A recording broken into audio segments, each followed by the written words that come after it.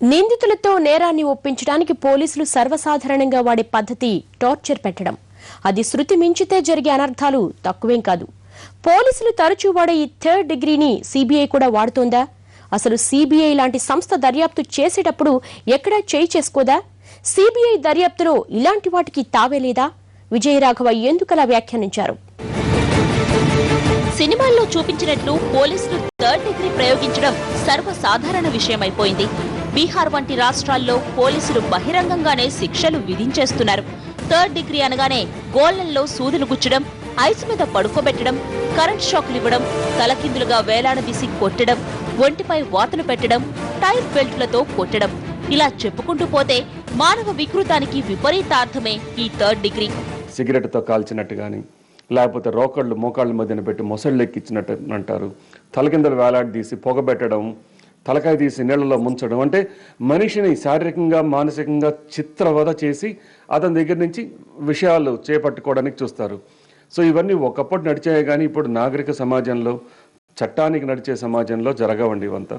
వాస్తవానికి ఇవన్నీ చట్టవిరుద్ధం. అప్పుడప్పుడు పోలీసులు ఇలాంటి విపరీత చర్యలకు పాల్పడుతూనే ఉంటారు. కానీ సిబిఐ దర్యాప్తు మాత్రం అలా ఉండదు. పోలీసుల దర్యాప్తుకు సిబిఐ దర్యాప్తుకు ఎంతో తేడా స్పష్టంగా కనిపిస్తుంది. ఎవరైనా కంప్లైంట్ ఇవ్వగానే పోలీసులు ఎలాంటి విచారణ చేయకుండా నిందితుడిని అరెస్టు చేస్తారు. నిజం చెప్పించడానికి తమదైన పద్ధతులు ఉపయోగించి నేరాంగీకారం చేస్తారు. ఆ తర్వాత పూర్తి విచారణ చేసి కోర్టులో ఆధారాలు ప్రవేశపెట్టి శిక్ష పడేలా చేస్తారు. కానీ సిబిఐ దర్యాప్తు ఇందుకు పూర్తి భిన్నంగా ఉంటుంది.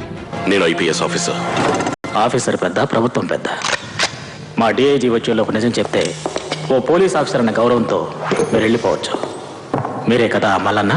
మల్లన్న అనే పేరు తప్ప వేరే ఏ సంబంధం లేదు.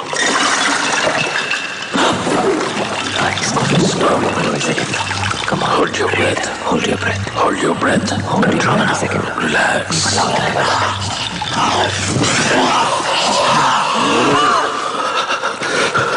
మీరేగా మల్లన్న? స్టార్ట్.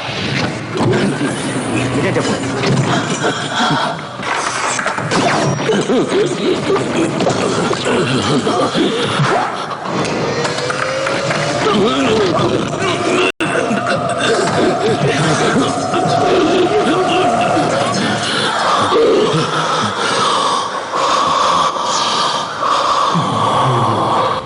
సిబిఐ దర్యాప్తు 5 స్థాయిల్లో ఉంటుంది.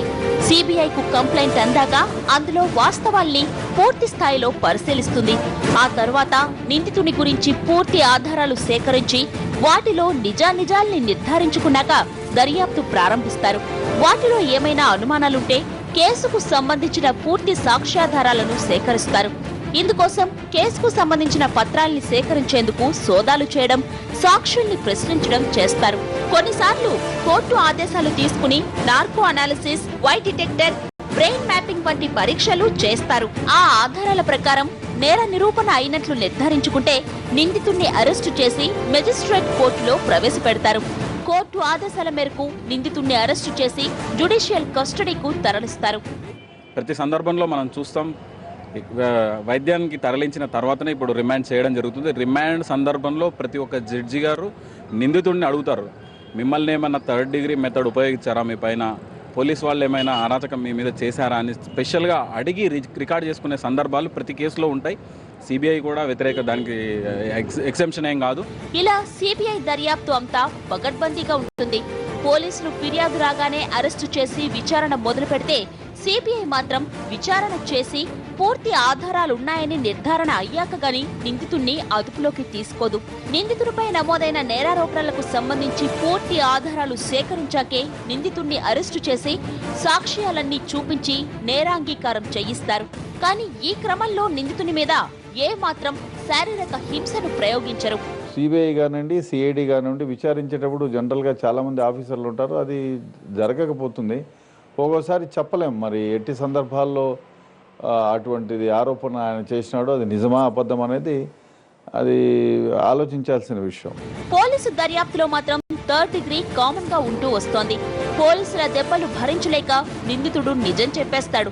కొన్నిసార్లు చెయ్యని నేరాన్ని కూడా ఆ బాధ తాళలేక అంగీకరిస్తున్న అమాయకులు అవమాన భారంతో కుంగిపోయి ఆత్మహత్య చేసుకున్న వాళ్లు లేకపోలేదు. దాదాపు లాకప్ డెత్తులన్నీ అలాంటివే.